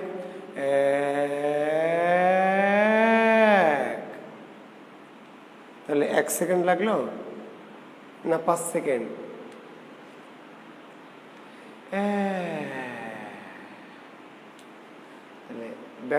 ব্যাকরণ বলেছে 1 বলার সময়, তো কতটুকু সময় 1 বলবো? কতটুকু সময়? সেকেন্ডের 4 ভাগের 1 ভাগ, মানে 1-এর 4 সেকেন্ড। আসলে এটাকে 1 বলার সময় মনের খেয়াল খুশি মতো 1 বলবো, ইচ্ছা মতো, এরকম না। কতটুকু? 1 সেকেন্ডে 4 বার 1 বলা যাবে, 1 সেকেন্ডে 4 বার বলা যাবে, এরকম। তো 1-এর 4 সেকেন্ড। এই জন্য কমাকে বলা হয় কমার অপর নাম স্বল্পচ্ছেদ, আবার কমার অপর নাম পাদচ্ছেদ। নিচের কোনটি? নিচের, হ্যাঁ, অক্ষর হিসাবে 1 উচ্চারণে। 1 1 1 1, তাহলে সেকেন্ডে 4 বার বলা যাবে 1। এই কমার অপর নাম কি? স্বল্পচ্ছেদ। কমার অপর নাম স্বল্পচ্ছেদ বা পাদচ্ছেদ। দেখবা পরীক্ষা এসছে বিশেষ, নিচের কোনটি পাদচ্ছেদ? কমার অপর নাম কি? তো কমার অপর নাম স্বল্পচ্ছেদ, কমার অপর নাম পাদচ্ছেদ। থামতে হবে 1 বলার সময়, 1 উচ্চারণের সময়, তথা 1-এর 4 সেকেন্ড। ইনভার্টেড কমাতেও তাই, কমা এবং ইনভার্টেড কমাতে একই, 1 বলার সময়। এই যে দেখেন, এটার নাম কি? সেমিকোলন। সেমিকোলন কতটুকু থামতে হবে? 1 বলার দ্বিগুণ সময়। 1 বলার দ্বিগুণ সময় মানে কতটুকু? Half second. 2 বার 1 বলা যাবে, হাফ সেকেন্ড। এটির নাম অর্ধচ্ছেদ। কি নাম? এর নাম হচ্ছে অর্ধচ্ছেদ। অর্ধচ্ছেদ। সেমিকোলনে থামতে হবে কতটুকু? 1 বলার দ্বিগুণ সময়। তো এটা আমার ইচ্ছা মতো 1 1 এরকম না, 1 1 1 1 1 1 1 1 1 বলার দ্বিগুণ সময়। তার মানে অবশ্যই সেকেন্ডের কিন্তু কম, সেকেন্ডের বেশি না কম? এই যে 2 বার 1 বলবো, 1 সেকেন্ডের বেশি? নিশ্চয় কম, কারণ যদি বেশি হতো তাহলে তো সেমিকোলন আর দাড়ি কোনটাতে থামতে হতো বেশি? তাহলে নিশ্চয়ই বুঝতে পারছো এখানে 1 বলার দ্বিগুণ সময়, তবু 1 সেকেন্ডের কম, মানে 1 সেকেন্ডের অর্ধেক, আসলে হাফ সেকেন্ড। এর নাম অর্ধচ্ছেদ। তাহলে 1 সেকেন্ড থামতে হয় পূর্ণচ্ছেদ, হাফ সেকেন্ড থামতে হয় অর্ধচ্ছেদ, 1/4 সেকেন্ড মানে 1/4 সেকেন্ড থামতে হয়, এর নাম স্বল্পচ্ছেদ বা পাদচ্ছেদ। আর এই যে হাইফেন, ইলেক বা লুপ চিহ্ন, ব্র্যাকেট বা বন্ধনী, থামার প্রয়োজন নেই, থামতে হয় না। থামার প্রয়োজন নেই, থামার প্রয়োজন নেই, থামতে হয় না। তাহলে হাইফেনে কতটুকু থামতে হয়, ইলেক বা লোপ চিহ্নে কতটুকু থামতে হয়, বন্ধনীতে কতটুকু থামতে হয়? উত্তর, থামার প্রয়োজন নেই। কোন বিরাম চিহ্নে থামতে হয় না? কেউ কেউ বলছে এগুলো বিরাম চিহ্ন না, ধর্মীয়। কিসের বিরাম চিহ্ন? বিরাম মানে বিশ্রাম, যেখানে থামতেই হয় না, এটা আবার কি বিরাম চিহ্ন? এগুলো বিরাম চিহ্ন না। বিরাম মানে বিশ্রাম, বিরাম, একটু থামলাম, একটু কণ্ঠটাকে রেস্ট দিলাম, তো যেখানে থামতেই হয় না এবার কেমন বিরাম চিহ্ন? তো অনেকে বললেন, অনেক ভাষাবিদ, যে এইগুলা বিরাম চিহ্ন না, এগুলা ছেদ চিহ্ন, ছেদ ছেদ চিহ্ন, কিন্তু বিরাম চিহ্ন নয়। তো থামতে হয় না, ক্লিয়ার? তাহলে কোনটাতে কতটুকু থামতে হয় আমরা জেনে নিলাম। তো এইগুলো একটু দেখবে, পরীক্ষা আসবে। আর আরেকটা জিনিস একটু লক্ষ্য করবে, যে প্রয়োগ, প্রয়োগ কোনটা কোথায় বসে। তো কোনটা কোথায় বসে? বন্ধনী কোথায় বসে? বন্ধনী, বন্ধনী গাণিতিক ক্ষেত্রে বসে। আর বাংলায় লেখকের জন্ম মৃত্যু সাল, গ্রন্থের সাল উল্লেখে বন্ধনী বসে। লেখকের জন্ম মৃত্যু সাল, গ্রন্থের সাল উল্লেখে বন্ধনী। রবীন্দ্রনাথ ঠাকুর দেখবেন পাশে ব্র্যাকেট দিয়ে লেখা আছে 1861 থেকে 1941, তাই না? অগ্নিবীণা ব্র্যাকেটে লেখা আছে 1922। গীতাঞ্জলি কাজী নজরুল ইসলাম 1899 থেকে 1976। লেখকের জন্ম মৃত্যু সাল উল্লেখ করতে বন্ধনী বসে, গ্রন্থের সাল উল্লেখ করতে বন্ধনী বসে, গাণিতিক ক্ষেত্রে বন্ধনী বসে, বাক্যের মধ্যে কোনো শব্দকে ব্যাখ্যা করতে বন্ধনী বসে।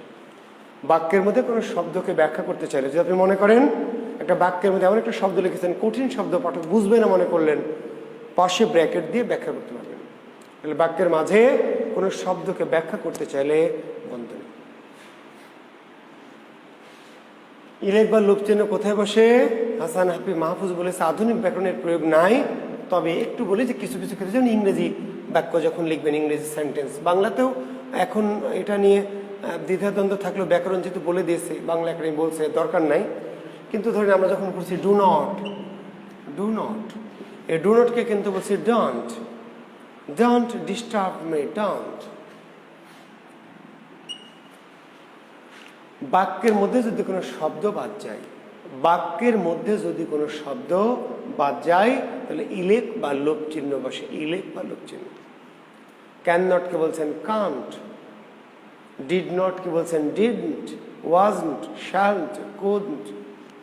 ইট ইজ 1 o'clock, দেখবেন এরপর দেওয়া আছে ইট ইজ 1 o'clock, আসলে 1 o'clock না, ইট is 1 of clock, it is 1 of clock। এই যে অফ না বলে ইট ইজ 1 of clock বললে আমাদের উচ্চারণগত একটা বাধা সৃষ্টি হয়, ফলে বলছে ইট ইজ 1 o'clock। দেখবেন ও এর উপর মাথায় একটা কমার মতো দেওয়া আছে। ছোটবেলায় বুঝতাম যে ও এর উপর কমা কেন, ও এর উপরে কমা কেন? তো কমা না, আসলে ওখানে একটা বর্ণ ছিল এফ, উচ্চারণগত কারণে এটা বাদ দেওয়া হয়েছে, ফলে ওখানে একটা ইলেক বা লোপ চিহ্ন, মানে বোঝাতে চাওয়া হয়েছে যখন একটা বর্ণ ছিল, কিন্তু আমরা কোনো একটা কারণে এটা অমিট করে রেখেছি, তাহলে চিহ্নটা ইলেক বা লোপ চিহ্ন। শব্দের মধ্যে যদি কোনো বর্ণ বাদ যায়, শব্দের মধ্যে যদি কোনো বর্ণ বাদ যায়, তাহলে ইলেক বা লোপ চিহ্ন। বাংলায় আমরা বলছি, ধরেন এরকম বলেছে শেখ মুজিবুর রহমান এর, তো শেখ মুজিবুর রহমান এর না বলে বলা যাবে শেখ মুজিবুর রহমান অর, ইলেক বা লোপ চিহ্ন দিয়ে।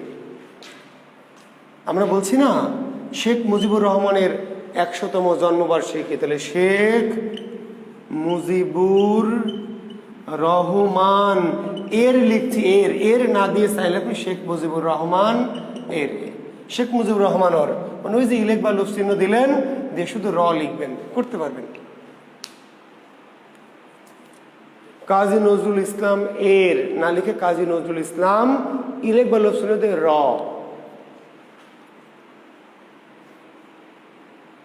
এ বাদ দিলেন, এ বাদ দিয়ে আপনি ইলেক বা লোপ চিহ্ন দিয়ে লিখবেন। তো কোনো শব্দ থেকে যদি কোনো একটা বর্ণ বাদ দেই, তাহলে বর্ণ বাদ দিলে সেই ক্ষেত্রে আমাদের ইলেক বা লোপ চিহ্ন ব্যবহার করতে হয়। তবে ওই যে বললাম যে বাংলা একাডেমি বলে দিয়েছে আধুনিক বাংলা ব্যাকরণে ইলেক বা লোপ চিহ্ন দরকার। শেখ মুজিবুর রহমানর ইলেক চিহ্নের দরকার নাই, কাজী নজরুল ইসলামর ইলেক লোপ চিহ্ন দিলে ওই এটা যে উদ্যোগ আছে বা লোপ পেয়েছে এটা বুঝতে সুবিধা হয় আর কি। তো বাংলা একাডেমি বললে আমরা করবো আর কি এরকম। হাইফেন কোথায় বসে? সমাসবদ্ধ শব্দের মাঝখানে হাইফেন বসে। সমাসবদ্ধ সমাস, ওই যে দা কুমড়া, মানে দা কুমড়া, অহিনকুল, স্বর্গ নরক, মোল্লা মৌলভী, বাবা মা, দিন রাত, সমাসবদ্ধ শব্দের মাঝখানে হাইফেন বসে। বা দুটি শব্দকে আলাদা করে বোঝাতে, দুটি শব্দকে আলাদা করে বোঝাতে হাইফেন বসে। সেমিকোলন কোথায় বসে? দাঁড়ি অপেক্ষা কম কিন্তু কম অপেক্ষা অধিক বিরতির প্রয়োজনে। দাঁড়ি অপেক্ষা কম কিন্তু কম অপেক্ষা অধিক বিরতি। দাঁড়ির চেয়ে একটু কম থামতে হবে কিন্তু কমার চেয়ে একটু বেশি বিশ্রাম নিতে হবে। তাহলে দাঁড়ি অপেক্ষা স্বল্প কিন্তু কম অপেক্ষা অধিক বিরতির প্রয়োজনে সেমিকোলন বসে। ইনভার্টেড কমা বাংলার যার নাম উদ্ধরণ চিহ্ন। ইনভার্টেড কমা বাংলায় নাম কি? উদ্ধরণ চিহ্ন, উদ্ধৃতি চিহ্ন। কোথায় বসে?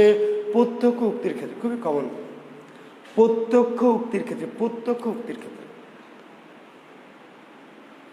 রহিম বলল আমি ভাত খাইনি।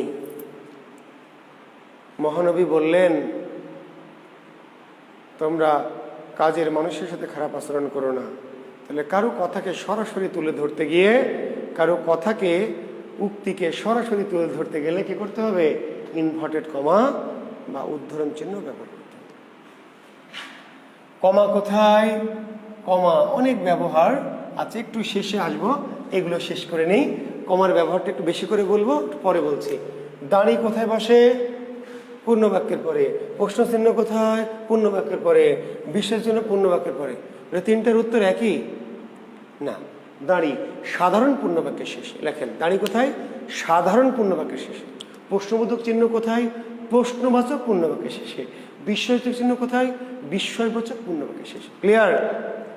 পূর্ণ বাক্যের শেষে, পূর্ণ বাক্যের শেষে, পূর্ণ বাক্যের শেষে না, সাধারণ পূর্ণ বাক্যের শেষে, প্রশ্নবাচক পূর্ণ বাক্যের শেষে, বিস্ময়সূচক পূর্ণ বাক্যের শেষে। জি। কোলন কোথায় বসে? কোলন, কোলন কোথায় বসে? শব্দকে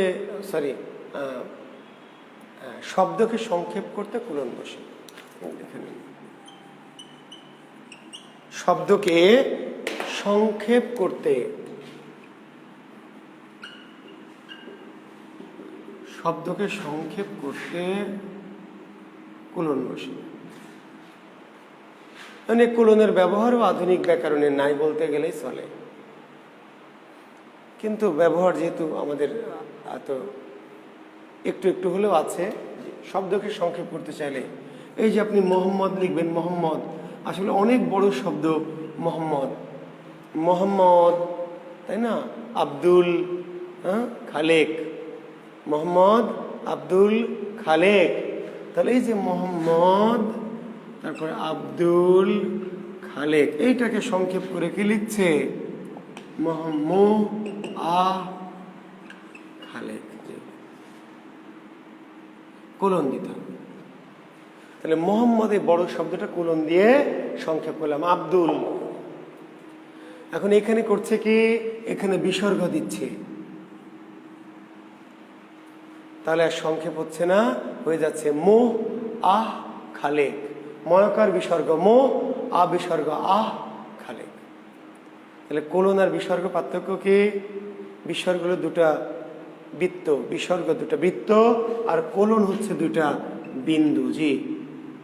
তো আমাদের যারা কম্পিউটারে লেখালেখি করে বা টাইপিস্ট যারা টাইপ করে, এর ব্যাটারে বোঝে না, ওরা মো আহ খালেক বানায় দেয়। মোসাম্মদ, শিউলি খাতুন, আসলে মোসাম্মদ একটি বড় শব্দ, আপনি সংক্ষেপ করছেন কোলন দিয়ে, মোসাম্মদ শিউলি খাতুন, কিন্তু আপনি কোলন না দিয়ে বিসর্গ দিচ্ছেন, তাহলে আপনার নাম হয়ে যাচ্ছে কি? মোসাহ, মোসাহ শিউলি খাতুন।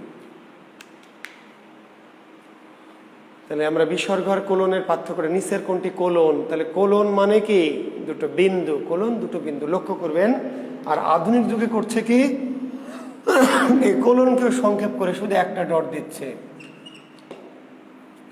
ডাক্তার, ডাক্তারকে সংক্ষেপ করে কোলন দিয়ে একটা দিয়ে দিলেন। কোলন যেমন শব্দকে সংক্ষেপ করছেন, কোলন যেমন শব্দকে সংক্ষেপ করছে, আপনি কোলনকে সংক্ষেপ করে দিলেন। আসলে ইংরেজি ভাষার অনুকরণে আপনি ডট দিচ্ছেন, এটি বাংলা ব্যাকরণ সিদ্ধ নয়। দুটা দিতে হবে, দুটা ফোঁটা দিলে কোলন হবে, আর কোলন হলে শব্দকে সংক্ষেপ হলো, বুঝতে পারলেন? তো কোলনের কাজ কি, শব্দকে সংক্ষেপ করা, শব্দকে সংক্ষেপ করতে কোলন। আর নাটকের সংলাপের শুরুতে কোলন। যখন নাটক লেখা হয় দেখবেন সিরাজউদ্দৌলা বলে কোলন দিয়ে ডায়লগ, না না না, বাংলা বিহার উড়িষ্যার সে স্বাধীন নবাব, আমি আপনার কথা ভুলিনি জনাব, তুমি বলেছিলে। আবার আলিয়া চরিত্রের পরে দেখবেন, চরিত্রের নামের পরে কোলন দিয়ে সংলাপ শুরু হয়েছে। তাহলে নাটকের সংলাপের শুরুতে কি কোলন। আরেকটা জায়গায় কোলন, একটি অপূর্ণ বাক্যের পরে আরেকটি বাক্যের অবতারণা করতে কোলন। একটি অপূর্ণ বাক্যের পরে আরেকটি বাক্যের অবতারণা, মানে একটা বাক্য শেষই হয়নি, আমাকে আরেকটা বাক্য বলতে হচ্ছে শেষ না করেই, তাহলে কোলন। একটি অপূর্ণ বাক্যের পরে আরেকটি বাক্যের অবতারণা করতে কোলন বসে। তো ব্যবহারিক জীবনে এই 3 নম্বরের কোনো প্রয়োগ নাই, কিন্তু লেখালেখির জীবনে একটু আছে। যে আমরা যখন নাটকের স্ক্রিপ্ট লিখি, সিনেমা স্ক্রিপ্ট লিখি, কাহিনী চিত্রনাট্য লিখি, তখন লাগে। ব্যক্তিগত জীবনে জি নাই। তো জেনে রাখেন যে 3টি জায়গায় কোলন, শব্দকে সংক্ষেপ করতে কোলন, নাটকের সংলাপের শুরুতে কোলন, এবং একটি অপূর্ণ বাক্যের পর আরেকটি বাক্যের অবতারণা করতে কোলন। আমি রাস্তা দিয়ে যাচ্ছি, মোবাইলে কথা বলছি, হ্যাঁ বন্ধু, হ্যাঁ আজকে বিকেলে নদীর ধারে, হঠাৎ করে একজন ছাত্র সালাম দিয়েছে, তা আমি বিকেলে বলেই ওয়ালাইকুম আসসালাম, হ্যাঁ নদীর ধারে এসো। তাহলে আমি বিকেলে ওয়ালাইকুম আসসালাম নদীর ধারে এসো, আমার বাক্যটা কেমন? তা আমি কি বলবো, আমি বিকেলে নদীর ধারে কোলন ওয়ালাইকুম আসসালাম আইসো, তাই বলবেন? কিন্তু যখন লিখবেন, স্ক্রিপ্ট লিখবেন, নাটকের সংলাপ লিখবেন, তখন এরকম যদি দেখাতে চান তাহলে মাঝখানে কোলন দিতে হবে। তাহলে পরিচালক বুঝবে বা অভিনেতা বুঝবে যে একটা ঘটনার মধ্যে আরেকটা ঘটনা ঢুকে পড়েছে। গ্রামে দাদি নানি নামাজ পড়ছে, বারান্দায় নামাজ পড়ছে, বারান্দা বোঝেন, ঘরের বারান্দা, জি। তো দাদার জন্য ভাত বেড়ে রেখেছে ঘরের মধ্যে, কুকুর ঢুকছে, হঠাৎ করে কুকুর ঢুকছে, নামাজ পড়তে পড়তেই দাদি হয়তো আমার সূরা কেরাত করছে, আলহামদুলিল্লাহি রাব্বিল আলামিন আর রহমানির রহিম মালিক ইয়াউমিদ্দিন, কুকুর ঢুকে যাও, সেই মালিক ইয়াউমিদ্দিন, ইয়াকা নাস্তাইন। তো এই সূরার মধ্যে কি সেই আছে? তাহলে দাদি কি বলবে, কোলন সেই তাই বলে আবার শুরু করবে না? তাহলে এর বাস্তব জীবনে কোলন আমরা দিচ্ছি না, কিন্তু এরকম অনেক ঘটনা আমাদের জীবনে ঘটে। কিন্তু আমরা যখন কি করি,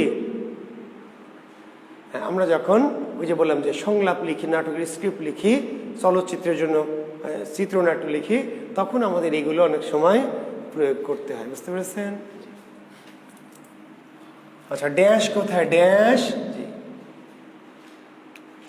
বাক্যের মধ্যে যদি কোনো শব্দ বাদ যায়, বাক্যে কোনো শব্দ বাদ পড়লে ড্যাশ, আর অপূর্ণ বাক্যের শেষে ড্যাশ।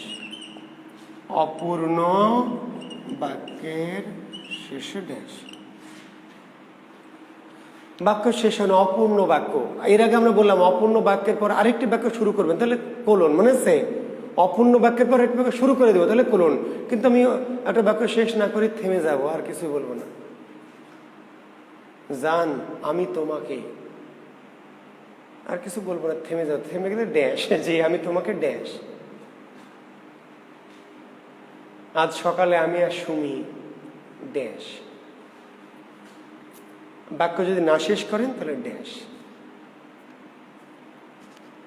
আবার আপনি বাক্য শেষ করেছেন কিন্তু মাঝখানে একটা শব্দ বলেননি। আমি তোমার ড্যাশ চাই, আমি তোমার ড্যাশ চাই। মাননীয় স্পিকার, আমি আবার ড্যাশ হয়ে গেলাম। মাননীয় স্পিকার, আমি আবারও ড্যাশ হয়ে গেলাম। এমন একটা কিছু আছে যেটা আপনি বলেননি, বলতে পারছেন না, তো বাক্যটা পূর্ণ করেছেন কিন্তু একটা শব্দ বাদ দিয়েছেন, তাহলে ড্যাশ। অপূর্ণ বাক্যের শেষে ড্যাশ, আর পূর্ণ বাক্যের মাঝে যদি কোনো শব্দ বাদ দেন তাহলে ড্যাশ। কোলন ড্যাশ, কোথায় কোলন ড্যাশ? কথার বিস্তার বা দৃষ্টান্ত, কথার বিস্তার, কথার বিস্তার বা দৃষ্টান্তে কোলন ড্যাশ। কথার দৃষ্টান্ত বা বিস্তার বোঝাতে কোলন ড্যাশ। 52 ভাষা আন্দোলনে অনেকে শহীদ হয়েছে, তো অনেকে কারা কারা? যেমন সালাম, বরকত, রফিক, জব্বার। রবীন্দ্রনাথ ঠাকুর অনেক উপন্যাস লিখেছেন, এদের মধ্যে উল্লেখযোগ্য হলো, আসলে আমরা ব্যবহার বললাম যে আমরা যখন করি সব কিছু মানি না, ব্যাকরণের সব কথা তো আমরা মানি না, আমরা আইন সংবিধান যেমন সব মানি না, ব্যাকরণের সব মানি না। ব্যাকরণ মেনে চললে আপনাকে এগুলো হলো বলে কোলন ড্যাশ দিতে হবে। স্বরের সাথে স্বরযোগের স্বরসন্ধি হয়, যেমন এই যে আপনি আপনার এই কথাটাকে বিস্তার করবেন, প্রমাণ দিবেন, তাই না? কথার বিস্তার বা দৃষ্টান্ত, কথার বিস্তার বা দৃষ্টান্তে কোলন ড্যাশ। কমা কোথায়? কমা, কমা সম্বোধনের পরে কমা। সম্বোধন, ও গো আস্তরা যাসনে ঘরের বাইরে, সম্বোধনের পরে কমা। ওহে মাঝি, ও ভাই, ওই অটো, ওই মুরগি, ওই রিক্সা, ওই লাল লাল পাঞ্জাবি, ওই লম্বু, জি, সম্বোধনের পরে কমা। প্রত্যক্ষ উক্তির কি? প্রত্যক্ষ উক্তির পূর্বে কমা, প্রত্যক্ষ উক্তির পূর্বে কমা। প্রত্যক্ষ উক্তির শুরুতে ইনভার্টেড কমা কিন্তু পূর্বে। রহিম বললো বলে কমা দিয়েই তো ইনভার্টেড কমা শুরু হবে, তাই না? তাহলে প্রত্যক্ষ উক্তির শুরুতে ইনভার্টেড কমা কিন্তু পূর্বে কি? কমা। মহানবী বললেন কমা দিয়ে তো আপনাকে শুরু করতে হবে, কমা দিবেন তারপর ইনভার্টেড কমা শুরু হবে, তাহলে প্রত্যক্ষ উক্তির পূর্বে কমা। দিন তারিখ মাস বছর লিখতে কমা। দিন তারিখ মাস বছর, 7ই মার্চ, কমা, রবিবার 1971। 13 ফাল্গুন, কমা, বৃহস্পতিবার 1248। তো যখন আপনি দিন তারিখ মাস বছর লিখবেন তখন মাঝে মাঝে কমা দিতে হবে। একই পদ বারবার ব্যবহারে কমা। একই পদ, আমি লাল, নীল, সাদা, কালো, বেগুনি সব রং পছন্দ করি, কমা। আমি ভাত, রুটি, মাছ, মাংস, ডিম খাবো, কমা। আমি সকিনা, জরিনা, কারিনা, ক্যাটরিনা, আলেয়া, সুমি, সুমন, সোলামান, আকাশ সবাইকে বাংলা পড়াই, একই রকম পদ। আমি খেলবো, পড়বো, টিভি দেখবো, গান গাবো, যা খুশি তাই করবো, তোর কি? তাহলে একই পদ, একই রকম বিশেষ্য বা বিশেষণ বা সর্বনাম, একই পদ যদি একাধিকবার ব্যবহার করেন তাহলে মাঝখানে কি? কমা। ঠিকানার প্রতিটা অংশের পরে কমা। তো এখন ঠিকানা যেহেতু নাই, দরকার নাই, ঠিকানা লিখতে গেলে আগে প্রতিটা অংশের পরে কমা। গ্রাম অমুক, ডাকঘর অমুক, উপজেলা অমুক, জেলা অমুক, বা শহরের ঠিকানা, রোড নম্বর এত, বাসা নম্বর এত, জি। তাহলে ঠিকানার প্রতিটা অংশের পরে কমা। তাই হচ্ছে আমাদের জ্যোতিষের জন্য বিরাম চিহ্নের ব্যবহার। তা আমরা আজকে রাখি এখানে, আমাদের আর তেমন কিছু নাই, আর একটি বা দুটি ক্লাস নিলেই ইনশাল্লাহ। তো কি কি আছে একটু খুঁজে খুঁজে দেখবেন, ঠিক আছে? আমরা ইনশাল্লাহ 2 দিনের মধ্যে তুস করে ফেলবো। আর 2টো ক্লাস, আজকে শনিবার গেল, সোমবার আর বুধবার, সোমবার আর বুধবার এই 2টো দিন পড়ালেই ইনশাল্লাহ আপনাদের সাথে আমার যাত্রা শেষ হয়ে যাবে ব্যাকরণের। আর সাহিত্য অংশটা আপনাদের বলে দিয়েছি, তারপরে যারা শুনেননি, কিছু অগামগা থাকেন, তো আপনারা কি করবেন? বলে দিয়েছিলাম যে আপনারা আমার সাহিত্য ব্যাস একটা আছে, সেখানে নিশ্চয়ই লিঙ্ক অনেকেই দিয়েছেন, যারা এখনো বাকি আছেন অবশ্যই কি লিঙ্ক দিবেন। আর যেই আইডি এখানে আছে সেই একই আইডি থেকে ওখানে ক্লাস করবেন, না হলে কিন্তু হবে না। এখানে এক আইডি আর ওখানে আবার আরেক আইডি লিঙ্ক চেয়েছেন, এগুলো কিন্তু ঝামেলা, এই জন্য করবেন না। আচ্ছা, আর আজকে 11টায় সলভ এক্সাম নিয়ে ক্লাস হবে না শাহরিয়ার, আমি একটু দেখবা, আমি রুটিন একটু চেঞ্জ করেছি, আজকে পরীক্ষাটা নিচ্ছি না। আমি আজকে রাতে একটা নতুন একটু পরিবর্তিত একটা রুটিন দিব, ঠিক আছে? একটুখানি কারেকশন করেছি, আগামী আজকে একটু পরিবর্তিত একটা রুটিন দিচ্ছি। কেউ কেউ একটু আপত্তি করেছে রুটিনটার ব্যাপারে, একটু টাইমের ব্যাপারে। তোমরা জানো টাইম নিয়ে 8টা 8:30 ছিল, আবার 11টায় করেছি। বা টপিক আগে সাহিত্য না আগে ব্যাকরণ, এটা নিয়ে একটু দ্বিধাদ্বন্দ্ব কেউ কেউ একটু করেছে। তো সকল ছাত্রছাত্রীদের নিয়ে যেহেতু আমাদের কারবার, আমরা সবাইকেই চাই একটু সবারই একটু মতামতটা নিয়ে যাতে কেউ মনক্ষুণ্ণ না হয়, সবার কথাটাই রেখে কাউকে কষ্ট না দিয়ে মোটামুটি হ্যাঁ আমি দিয়ে দিব। আমি একটা নোটিশ অলরেডি দিয়েছি, বাট পরিবর্তিত রুটিনটা আমি এই যে আজকে রাতে দিব ইনশাল্লাহ। আমি পরিবর্তিত রুটিনটা দিয়ে দিব, একটা রিশিডিউল আমি দিব আজকে রাতে ইনশাল্লাহ। 11টা 11:30 পরে পেয়ে যাবে। আর তোমাদের একটা পরীক্ষা নেওয়ার কথা ছিল না আজকে? বলো তো, এক্সাম, বাক্য প্রকরণের এক্সাম নেওয়ার কথা ছিল আজকে। কি কোনো এক্সাম তোমাদের নেওয়ার কথা ছিল শাহরিয়ার? মনে করো তো, কি পরীক্ষা? একটু পরীক্ষাটার নাম বলো। বাক্য প্রকরণ। ওকে, থ্যাংক ইউ। তাহলে আমি বের হই তোমাদের বাক্য প্রকরণের পরীক্ষা। আচ্ছা, যদি পূর্বের কোনো ভিডিও ডিলিট হয়ে থাকে ইয়াসমিন, তাহলে আমার পেজে পাবা, কারণ 2-1টি ক্লাস আমি পেজ থেকে নিয়েছিলাম, 2-1টি ক্লাস পেজে ঢুকে নিয়েছিলাম। হতে পারে পেজে যে ক্লাসগুলো নিয়েছি সেই ক্লাসগুলো হয়তো গ্রুপে এইভাবে ডিলিট হয়ে গেছে।